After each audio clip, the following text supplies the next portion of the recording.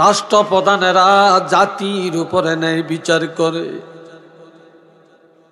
যে ওয়ার্ডের মেম্বার ন্যায় বিচার করে, যে ইউনিয়নের চেয়ারম্যান ন্যায় বিচার করে, যে পরিবারের কর্তা ন্যায় বিচার করে, যে প্রতিষ্ঠান প্রধান ন্যায় বিচার করে,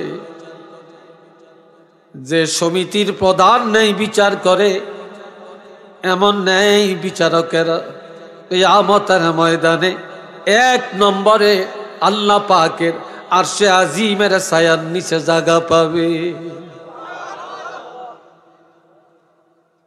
তবে দুনিয়াতে বিচারের অভাব নাই, বিচারকের অভাব নাই, কিন্তু নেই বিচারের অভাব। বিচারের অভাব নাই, বিচার আছে, কিন্তু ন্যায় বিচার তালাশ করলে নাই। কথা ঠিক কিনা? ন্যায় বিচার তালাশ করলে নাই। আর যারা সঠিকভাবে ন্যায় বিচারক, তারা এখন বিচারে যায় না, তাদের ইজ্জত নাই। এখন ছোট ছোট ছেলেরা, যুবকেরা, মাশাআল্লাহ, এরা এখন বড় বিচারক। মুরব্বীকে দাম দেয় না, বিচার করিয়া যাওয়ার সময় মুট করিয়া 5,000 টাকা লইয়া যায়, 10,000 টাকা নিয়ে যায়, 1 বছর টাকা নিয়ে যায়। আবার যাইতে যাইতে বলে, যদিও আমরা বিচার করে টাকা নেই, কিন্তু আমরা হক কথা বলি, আমরা উচিত বিচার করি। একটু জোরে সোরে বলেন না নাউযুবিল্লাহ। কথা ঠিক না? রাগ করছেন কথাটা? যেই দেশে নেই বিচার, ওই দেশে রহমত, ওই দেশে বরকত, ওই দেশে শান্তি। টাকা খায়া বিচারকেরা ঠগাইনারে জিতায়, জিতাইনারে ঠগায়। আর যার জন্য আল্লাহর রহমত জমিন থেকে চলে যায়, একটু আওয়াজ দিয়া বলেন নাউযুবিল্লাহ। আর একটু জোরে কর। রে ভাইয়েরা, খেয়াল করো, 2 নম্বরে ওয়াশাবুন নাশা ফি ইবাদাতিল্লাহ। যেই সব জওয়ানেরা জওয়ানকালে আল্লাহর ইবাদত করে, জওয়ানকালে বেশি বেশি নামাজ আদায় করে, জওয়ানকালে বেশি বেশি সমাজ কল্যাণে কাজ করে, জওয়ানকালে মসজিদ মাদ্রাসার পিছনে সময় দেয়। আমার প্রাণের নবীজি বলেছেন, যৌবনকালে যারা ইবাদত করে, এই জওয়ানেরা কিয়ামতের ময়দানে আল্লাহ পাকের আরশে আজিমের ছায়ার নিচে জায়গা পাবে।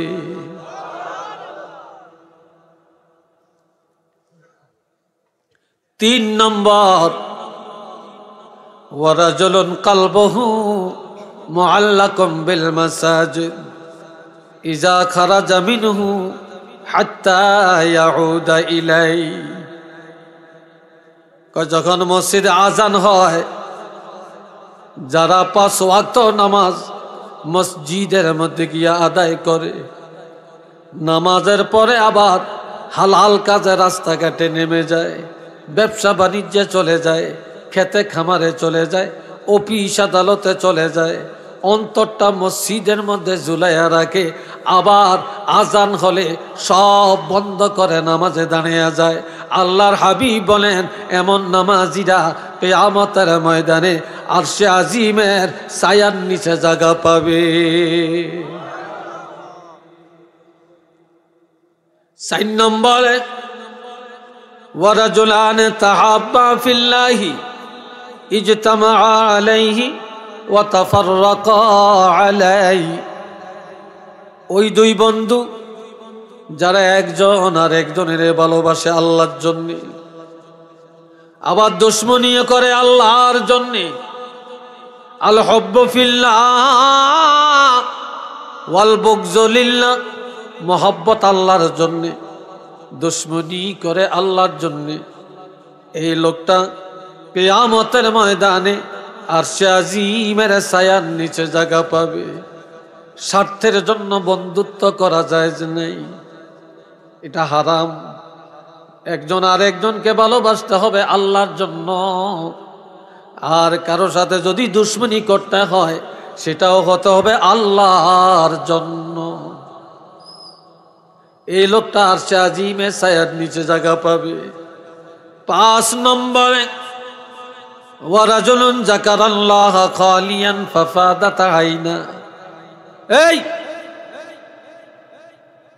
আমার দিকে চাও। এই লোকটা কি হয়েছে? এই যে এরকম করতেছে, কি করতেছে? আমার রাসূল বলেন, যে লোকটা অবসর টাইমে কারো মাথায় বাড়ি দেয় না, জিনার আড্ডায় যায় না, জুয়ার আড্ডায় যায় না, ক্যারাম বোর্ডের আড্ডায় যায় না, গাঞ্জা খেতে যায় না, মাস্তানি করতে যায় না, গান বাজনায় যায় না, অবসর সময় বসে বসে আল্লাহ আল্লাহ জিকির করে আর নিজের গুনাহগুলি ক্ষমা পাওয়ার জন্য চোখের পানি ছাড়িয়া আল্লাহর দরবারে কান্নাকাটি করে, এই অবসর টাইম যারা নফল ইবাদতে ব্যয় করে, আল্লাহর রাসূল বলেন কিয়ামতের ময়দানে তারা আরশে আজিমের ছায়ার নিচে জায়গা পাবে। আরেকটু জোরে। আর এখন তাস খেলায়, একটু অবসর সময় কাটাই। ক্যারাম বোর্ড খেলায়, কিরে একটু অবসর সময় কাটাই। জুয়া খেলায়, কিরে একটু অবসর সময় কাটাই। নাউজুবিল্লাহ কর না ভাই, কথা ঠিক না? আবার মাশাআল্লাহ মোবাইল তো একটা আছে, দেখবেন জায়গায় জায়গায় রাস্তার মোড়ে মোড়ে বৈশা বৈশা আঙ্গুল দিয়ে খালি। আরে কি যে দেখে আল্লাহ জানে। আপনারা দেখেন না এতটা, আমরা যা দেখি। আমরা রাত্রে 3টা 4টা 5টায়ও গাড়ি দিয়ে যাই, রাস্তা দিয়ে যাই। বাড়ির যাইতে যাইতে অনেক সময় ফজরের আজান দিয়ে লাই, রাত্রে 4টা বাজে দেখি রাস্তার মোড়ে বৈশা বৈশা মোবাইলে আলাপ করে। মোবাইলে আলাপ করে আমরা শুনি, কই কি তোর খবর নাই? তারপরে এতক্ষণ রাত ফোন দিলাম, তুই কি আরে বুঝলে গেছ? কি কয় বাট ফার কত দেখছেন আলাপ, প্রেমের আলাপ করে। একটু নাউজুবিল্লাহ কর না রে ভাই। আবার আঙ্গ জয় না গো দোষ দিয়াম কি, আঙ্গ দেশের মাইয়া বেগুন বালা, আঙ্গ আগের সরকার আইন করে দিয়ে গেছে, আঙ্গ যুবকের সব দোষ। যুবকরা যদি মাইয়া গড়ি কিছু কয়, তাহলে এটা বলে ইফটিজি, এটা বলে জৈন হয়রানি, এই জন্য জেল খাটতে হয়, বিচারের কাঠগড়ায় দাঁড়াইতে হয়। আর মাইয়ারা যেন বর্তমানে কাউনে কাউনে ডজনে ডজনে মোবাইল করিয়া ফোলা করে বিপদে ফেলায়, আর ইফটিজিং করে মাইয়ারা, এটার কোনো আইন সরকার করিয়া যায় না, এমন হাগুল্লা সরকার। কি কথা ঠিক কিনা? মাইয়া গো কি হইব, এই গানটা করা দরকার ছিল না, এটা নাই।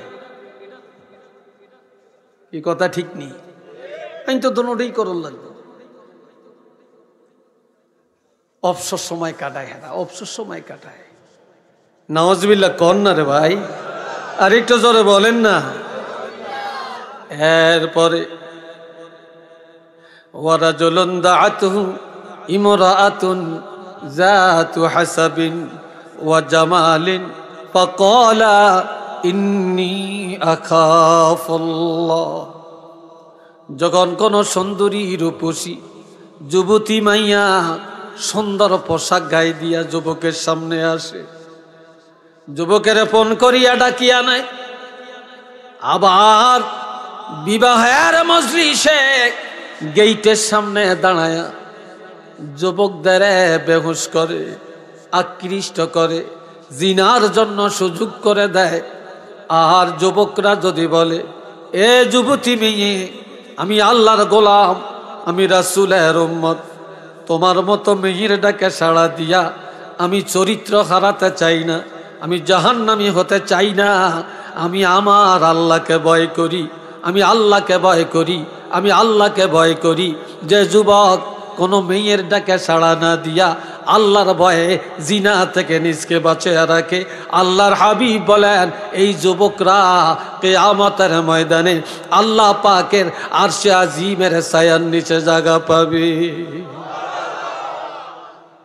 কি সুন্দর কথা। এবার 7 নম্বর রাসূল বলছেন, ওয়ারাজুলুন তাসাদ্দাকা বিসাদাকাতিন ফাআখফাহা হাত্তা লা তা'লামা শিমালুহু মা তুনফিকু ইয়ামিনু।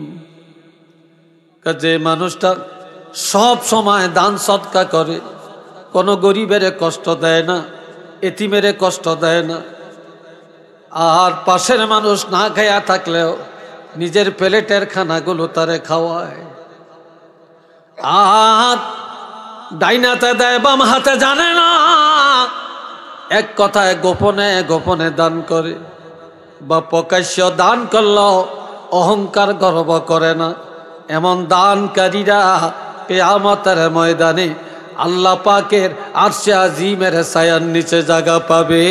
একটু চিল্লে বলেন না সুবহানাল্লাহ, আর একবার বলেন মারহাবা, আর একটু জোরে কোন মারহাবা। আল্লাহ, এই কথাগুলি আমরা আমল করতে রাজি আছি কিনা? আর এই 7টা গুণ আমাদের মধ্যে আছে কিনা? কি বলেন, আছে? নাই, নাই, হুদা। আল্লাহ না থাকলো আজকের আলোচনা শোনার পর আমরা সবাই এগুলা কাজে পরিণত করব, আমলে আনবো, আমরা নাজাতের চেষ্টা করব, খাঁটি ইমানদারের খাতায় নামটা লেখাবো। সবাই বলেন আমরা রাজি কিনা? আল্লাহ কবুল করেন, বলেন আমিন। আর একবার বলেন আমিন, আর একটু জোরে কোন আমিন। আলহামদুলিল্লাহ, 1 ঘন্টা 10 মিনিট হয়েছে, একার কাটায় কাটায় 1 ঘন্টা 10 মিনিট হয়েছে। আজ আর আলোচনা রাত্র এখন 1:14 মিনিট বাজে আমার মোবাইলে। তো এরপরে আর আলোচনা করবো, আপনারা শুনবে নাই জানি, আর আমিও মন গড়া কথা বলতাম না। আমি কোরআনের এবং হাদিসের আলোচনা করব। আমার ওই কিচ্ছা মিচ্ছা আবিজাবি বলার অভ্যাসও কম। আমরা শিক্ষক, আমরা মাদ্রাসাত পড়াই, তারপরে আমরা সেই ধাঁচে কথা বলি, আমরা মনে করি এটা ক্লাস। তো কাজী কোরআন হাদিসের বাস্তব কথা মানুষ রাতভর শুনে, কিন্তু ভাই মানুষ তো ঘুম তো এবাদত, আর আপনি ঘুম এবাদত যাবেন, এরপরে আবার নামাজটা পড়বেন, তাহলে নামাজ পড়লেন না, এই রাতভর ওয়াজ শুনে দামটা কি বলেন, লাভটা কি বলেন? আমরা জানি হক্কুল্লাহ, হক্কুল ইবাদ, হক্কুল ওয়ালিদাইন, 3টা হক, আল্লাহর হক, বান্দার হক, পিতামাতার হক। আরেকটা হক আছে হক্কুন নাফস, দেহের হক। দেহের হকটা কি? এটা সময় মতো খাওয়া লাগবে, সময় মতো গোসল করা লাগবে, সময় মতো ঘুম যাওয়া লাগবে, সময় মতো ব্যায়াম করা লাগবে, সময় মতো চিকিৎসা নেওয়া লাগবে। আপনি যদি দেহের হক আদায় করে সুস্থ থাকেন, তখনই আপনি আল্লাহর হক আদায় করতে পারবেন, বন্দার হকও আদায় করতে পারবেন, পিতা মাতার হকও আদায় করতে পারবেন। আর আপনি যখন সুস্থ থাকবেন না, আপনি কারো হক আদায় করতে পারবেন না। কথা ঠিক না? কারো হক আদায় করতে পারবেন না। এইবার আপনাদের কাছে জানতে চাই, আমার কলিজার টুকরা যুবক ছেলেদের কাছে জানতে চাই, তোমরা কি এই হাদিসের উপরে, এই আলোচনার উপরে আমল করতে রাজি আছো? জোরে বলেন, রাজি আছেন? আল্লাহ কবুল করেন, সবাই বলেন আমিন। আরেকটু জোরে কোন আমিন। আরেকটা হাদিস বলি, মনে আসছে হাদিসটা যুবকের জন্য বলতাম। হ্যাঁ, আজকে তো আমি আলোচনা যুবক নিয়ে করতেছি। আমার যুবক ছেলেরা, এদের শোনা দরকার। বুড়িয়ারা তো আর শুনতে শুনতে এখন একটা টুনটুনা জুনা নারকেলের মতো হয়ে গেছে। কথা ঠিক না?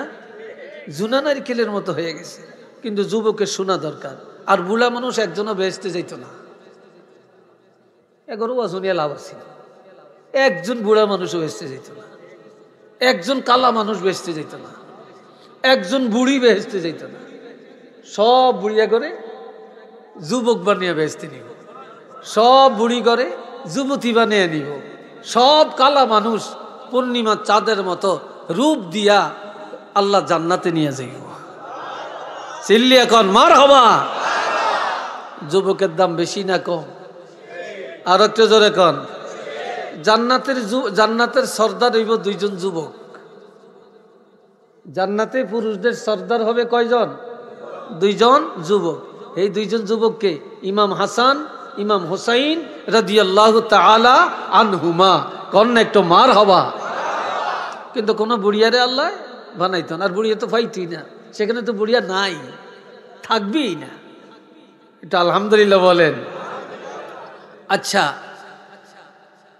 আল্লাহর হাবিব বলছেন, ক্বালা রাসূলুল্লাহি সাল্লাল্লাহু আলাইহি ওয়াসাল্লাম, মুরু আওলাদাকুম বিস-সালাতি ওয়া হুম আবনাউ 7 সিনিন ওয়াদরিবুহুম আলাইহা ওয়া হুম আবনাউ 10 সিনিন ওয়া ফাররিকু বাইনাহুম ফিল মাদাজি'i আও কামা ক্বালা আলাইহিস সালাতু ওয়াস সালাম।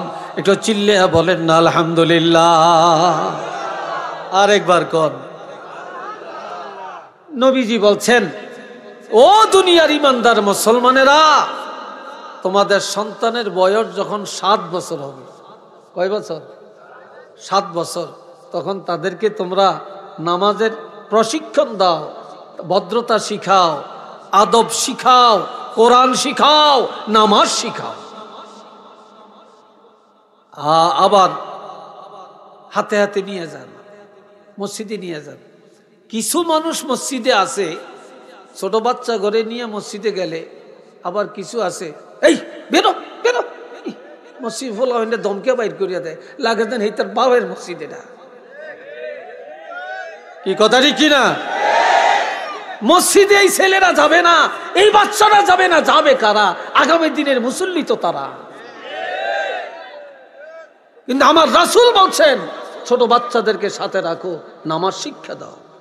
তবে আমরা ভুল করি, আমরা ছোট নাতি, ছোট বাচ্চাটারে যখন মসজিদে নিব, নেওয়ার আগে বলবো যে মসজিদে দৌড়াদৌড়ি করবা না, জোরে কথা বলবা না, কারো মনে কষ্ট দিও না, মানুষের নামাজের ক্ষতি করিও না, আল্লাহ রাগ করবে, গুনাহ হবে। এই ছোট ছোট ওয়াজগুলি তাদেরকে আমরা বলতে পারি না, কিন্তু আমরা করি না। আমরা এই ছোট ছোট নসিহতগুলি তাদেরকে বলতে হবে, তাহলে তারা সুন্দর হবে, ভদ্র হবে। আবার মুরব্বীকে সালাম দিবে, কোনোদিন দৌড়াদৌড়ি করবে না, আল্লাহ রাগ করবে, আল্লাহ গুনাহ দিবে, এইভাবে বলবেন। কিন্তু ছোট বাচ্চারা, নবী বলছেন, যখন আপনি দাদায় নামাজ পড়েন, বাবায় নামাজ পড়েন, মা নামাজ পড়ে, ছোট বাচ্চাটা নামাজে দাঁড়িয়ে গেছে, মার দিকে চায়, আবার মুখ লাড়ে, কথা ঠিক কিনা?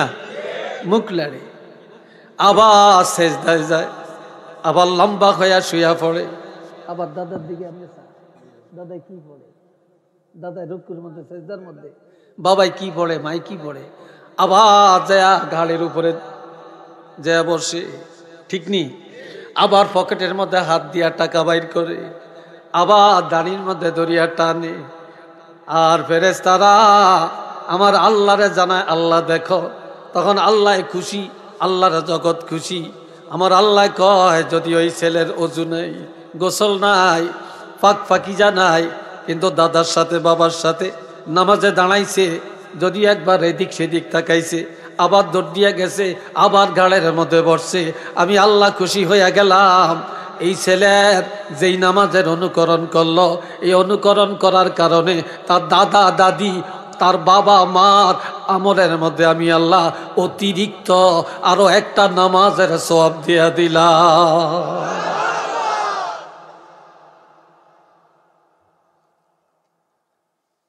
রাত্রিবেলায় ছেলের উপরে মেয়ের উপরে রোজা ফরজ হয় না, রোজা ফরজ হয় না।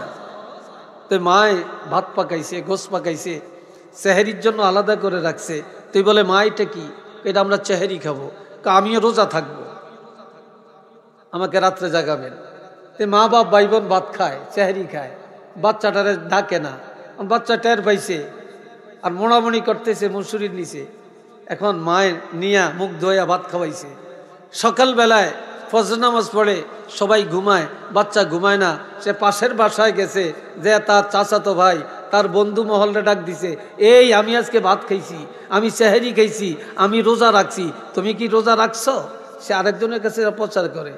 আবার দিনের 10টা বাজে যে মারে কয়, মা মা আমার রোজা শেষ হয়ে গেছে, আমারে ভাত দেন, আমারে নাস্তা দেন, কয় না? এইভাবে দিনে কয়েকবার খায়।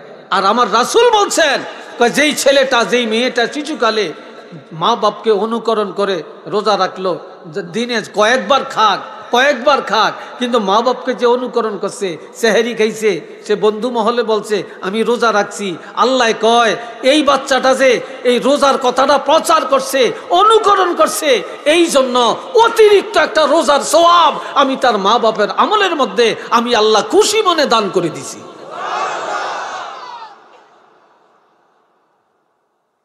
এই জন্য বলছে মুরু আওলাদাকুম বিসসালাতি ওয়া হুম আবনাউ সাবঈ সিনিন, যখন বয়স 7 বছর হবে তখন তাদেরকে তোমরা আদব শিক্ষা দাও, নামাজ শিক্ষা দাও।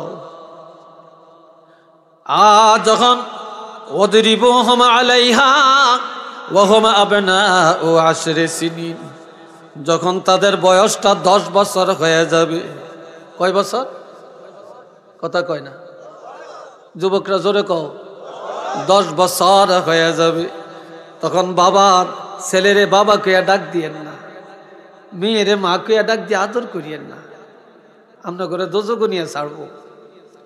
যখন 10 বছর হয়ে যাবে তখন পিটায়া পিটায়া নামাজ পড়াও, জোর করিয়া নামাজ পড়াও, নামাজের খবর নাও, তাদেরকে জোর করে নামাজি বানাও।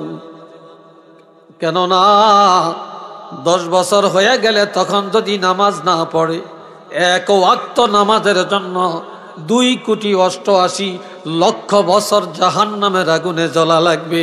একটু চিল্লিয়ে বলেন না নাউযুবিল্লাহ। আর একটু আস্তে কর, আরো জোরে। আল্লাহ আরেকটা কি, 3 নম্বর হাদিসের মধ্যে 3টা অংশ। ওয়াফাররাকু বাইনাহুম ফিল মাদাজি'i, বাচ্চা মানুষ, বাচ্চা ছেলে মার সাথে ঘুমাইতে পারবে, মেয়েটা ছোটকালে বাবার সাথে ঘুমাতে পারবে। 10 বছরের আগে ভাই বোন এক বিছানায় ঘুমাতে পারবে, 2টা ছেলে এক বিছানায় থাকতে পারবে, 2টা মেয়ে এক বিছানায় থাকতে পারবে। 10 বছর যখন বয়স হয়ে যাবে, আমার রাসূল বলেছেন তাদের বিছানাপত্র আলাদা করে দিবে। তখন বাবার বিছানায় মেয়ে থাকতে পারবে না, মার কাছে ছেলে থাকতে পারবে না, বোনের কাছে ভাইয়ে থাকতে পারবে না, ভাইয়ের কাছে বোনে থাকতে পারবে না। 2টা যুবক এক চাদরের নিচে ঘুমাতে পারবে না, 2টা যুবতী এক কম্বলের নিচে ঘুমাতে পারবে না। যদিও এক খাটের মধ্যে ঘুমায়, প্রত্যেকের চাদর আলাদা করে দিবে, একজনের শরীরের সাথে যেন আর একজনের শরীর লাগতে না পারে। কেননা এতে শয়তানে ধোকা দেয়, আর শয়তান ঈমান হারা বানিয়ে দেয়। একটু চিল্লিয়া বলেন না নাউযুবিল্লাহ।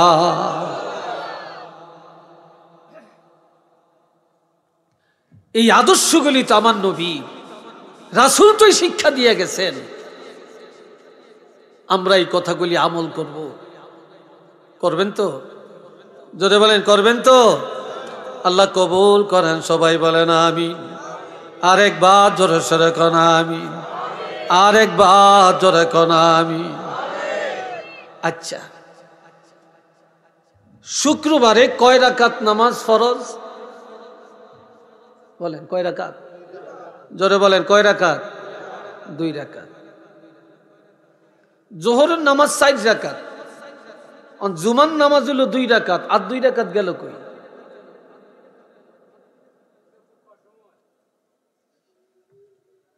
এই যখন 2টা খুতবা দেওয়া হয়, এই 2 খুতবার মধ্যে 2 রাকাত নামাজের সওয়াব আছে।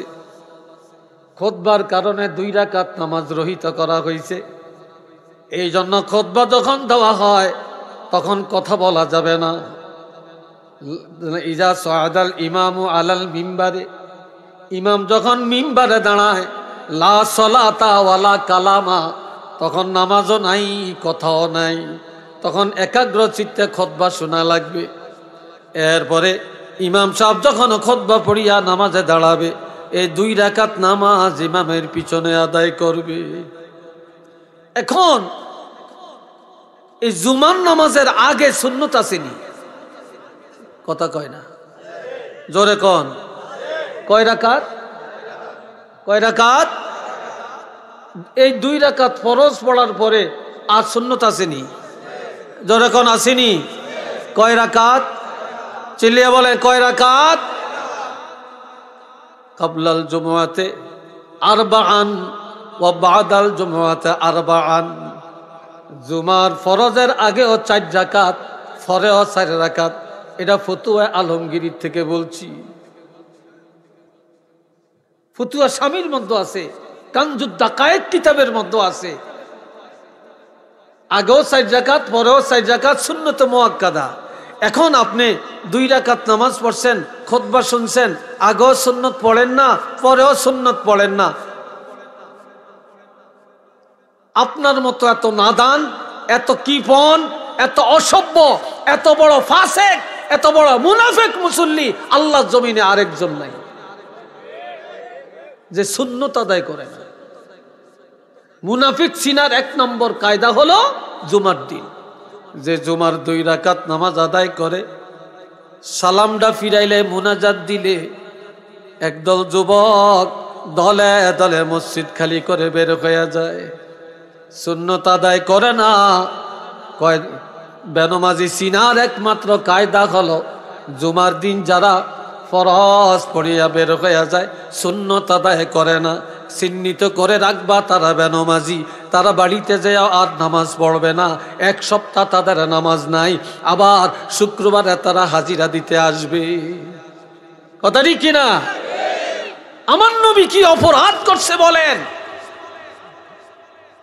আমরা যদি আশিকে রাসূল হয়ে থাকি, তাহলে রাসূলের সুন্নতে আমাদের কোথায় ক্ষতি করলো? আমরা সুন্নতটা পড়ি না। নবীর একটা সুন্নতের কত দাম। নবী বলছেন, মান আহাব্বা সুন্নতি ফাকাদ আহাব্বানি ওয়া মান আহাব্বানি কানা মাই ফিল জান্নাহ। যে আমার সুন্নতের ভালোবাসলো, সে আমি রাসূলুল্লাহরে ভালোবাসলো। যে আমাকে ভালোবাসলো, কানা মাই ফিল জান্নাহ, সে আমার সাথে জান্নাতে থাকবে। নবী আরো বলেন, কুল্লু উম্মতি ইয়াদখুলুনাল জান্নাহ, আমার উম্মতেরা সব জান্নাতে যাবে, তবে ইল্লা মান আবা, যারা আমি রাসূলের অস্বীকার করেছে তারা যাবে না। ইলা মান আবা, জিজ্ঞেস করা হলো, ইয়া রাসূলুল্লাহ, আবা বা অস্বীকারী কারা? ক্বালা মান আতাআনি দাখালাল জান্নাহ। নবী বলেন, যে আমার আনুগত্য করলো, আমার সুন্নতের আমল করলো, তারা জান্নাতে যাবে। ওমান আসানি ফাকাদ আবা, যে আমার সুন্নতের অস্বীকার করলো, সে আমি রাসূলের অস্বীকার করলো, সে কখনো জান্নাতে যাবে না, যাবে না, যাবে না। মান আহিয়া সুন্নতি ফাকাদ আহিয়ানি, যে আমার সুন্নতের জিন্দা রাখলো, সে যেন তার কাছে আমি রাসূলের জিন্দা করে রাখলো। আওয়াজ দিয়া বলেন না মারহাবা। আরেকটু জোরে কোন? যার মাথায় টুপি তার কাছে নবী, যার গায়ে পাঞ্জাবি তার কাছে নবী, যার হাতে সুন্নত, যার কাছে আছে সুন্নত তার কাছে আছে নবী, যার কাছে সুন্নত নাই তার কাছে নবীও নাই। এ বাবাজিরা, এরপরে আরেকটা জিনিস বলে যাই, গভীর রাত আমি বলে যাই, আমার ইউটিউবার ভাইরা আবার রেকর্ডও করতে আসেন। এই রেকর্ড যদি সঠিকভাবে প্রচার হয়, কত মানুষ এটা জানবে, শিখবে, আমল করবে। এই টুপিটার দাম 40 টাকা, 50 টাকা, সর্বোচ্চ 100 টাকা। কথা ঠিক না? কথা ঠিক না? আপনি জ্যাকেটটা গায়ে দিয়া যান, এটার দাম 5000 টাকা। আপনি পাঞ্জাবিটা গায়ে দেন, এটার দাম 2000 টাকা। আপনি মাফলার গলায় দিলেন, এটার দাম 1000 টাকা। আপনি মোজা লাগাইলেন, এটার দাম 100। শরীরের মধ্যে 10-15 হাজার টাকার সম্পদ, এই সব নিয়ে মসজিদে যাইতে পারলেন, আর আপনি 40 টাকা দামের একটা টুপি মাথায় দিয়া নবীর সুন্নত নিয়ে মসজিদে যেতে পারলেন না। আপনি খালি মাথায় মসজিদে গেলেন। আপনার মতো পোড়া কপাইল্লাও নবীর উম্মত আর একজন আছে কিনা জানি না। কথা ঠিক কিনা? এই সুন্নতটাই কি অপরাধ করছে বলেন? কি অপরাধ করছে? এরপরে বলি, এই টুপিটা সুন্নত, এটা কবরে যাবে কিনা? যাইব নি? এটা যাইতো না। এই জামাটা কবরে যাবে না, এই মাফলারটা কবরে যাবে না, পায়জামা কবরে যাবে না, প্যান্ট কবরে যাবে না, ট্রাউজার কবরে যাবে না, মৌজা জোতা কবরে যাবে না। এবার আমি আপনাদের থেকে জানতে চাই, এটা কবরে যাবে কিনা? আরো জোরে কন, আরো জোরে কন। এটার নাম কি? এটা আল্লাহ দিছে সৌন্দর্যের জন্য না সৌন্দর্য কমানোর জন্য? হ্যাঁ, সৌন্দর্য বাড়ানোর জন্য। যদি মেয়েদেরকে দাড়ি দিত, মেয়েদের সৌন্দর্য থাকতো না, ঠিক কি না? এই জন্য মেয়েদেরকে আল্লাহ দেয় না। দুনিয়ার কোনো এমন মেডিসিন নাই তাদের মুখে দাড়ি আনতে পারবে, আল্লাহই দেন। কিন্তু ছেলেদের মুখে আল্লাহ দাড়ি দিলেন, এটা আল্লাহ তার মুখের খুবই বাড়াইলেন, চোখের জ্যোতি বাড়াইলেন, ব্রেনকে সতেজ করার জন্য দাড়ি দিলেন। আর এই দাড়িগুলা নিয়া যারা কবরে যাবে রে ভাই, কবরে যাওয়ার পর এই লোকটা যদি কোনো কারণে জাহান্নামী হয়ে যায়, আর আমার আল্লাহ ফেরেশতা করে ডাক দিয়া বলবেন, আমি আল্লাহ যদি তার কবরে আযাব দেই, আমার হাবিবের সুন্নত, সমস্ত নবীদের আমল, এই দাড়ি রাখা, এই সুন্নতটার বেজ্জতি হবে। আর এই সুন্নতটা নিয়ে যারা কবরে আসছে, আমি আল্লাহ এটারে উসিলা বানায়া কবরের আযাব মাফ করিয়া দিলাম। আরেকটু জোরে করুন আল্লাহু আকবার। এত দাম এটা, এত সম্মান এটা। হাদিস শরীফে আসছে, কেউ যদি আমার নবীর এখানে দাঁড় করিয়ে দিল, নবী দাঁড় করে, তুমি একটা তেজ ছুরি তোমার হাতে দেওয়া হইল, তুমি দৌড়িয়া যাইয়া নবীর কলিজা মোবারকে ছুরিটা দিয়ে একটা ঘাই লাগিয়ে দিবা, পারবা? কয় না। কয় কেউ যদি নবীর জীবদ্দশায় নবীর কলিজার মধ্যে ছুরি দিয়া ঘাই দিতে চায়, সে যেন তার মুখে দাড়ির মধ্যে খুর লাগায়, দাড়ির মধ্যে বেলেট লাগায়, দাড়িগুলো যেন ফালাইয়া দেয়। যারা দৈনিক দাড়ির মধ্যে খুর লাগায়, তারা যেন নবীর কলিজার মধ্যে ঘাই লাগাইয়া দেয়। তারা কোনোদিন নবীর কলিজায় ঘাই লাগাইয়া জান্নাতে যাওয়ার আশা করতে পারবে না। একটু চিল্লিয়া কন্যা নাউযুবিল্লাহ। কে রাখছেন কে রাখেন না আমি হাত তোলাবো না, তবে আমি এটা জানার পরে, এই মাসালা, এই ফতুয়া, এই হাদিস জানার পরে আমরা চেষ্টা করব এই সুন্নতটা, নবীদের এই সুন্নত আর আমার নবীর উম্মতের জন্য এটা রাখা ওয়াজিব। হানাফি মাযহাবে এটা ওয়াজিব। এই সুন্নতটা, এই আমলটা নিয়ে আমরা বাঁচতে চাই, আমরা কবরে যাইতে চাই। এতে সবাই একমত আছি কি নাই? জোরে বলেন আছি কি নাই? আল্লাহ কবুল করেন। একটু চিল্লিয়ে বলেন আমিন। আর একটু জোরে সরে কোন আমিন।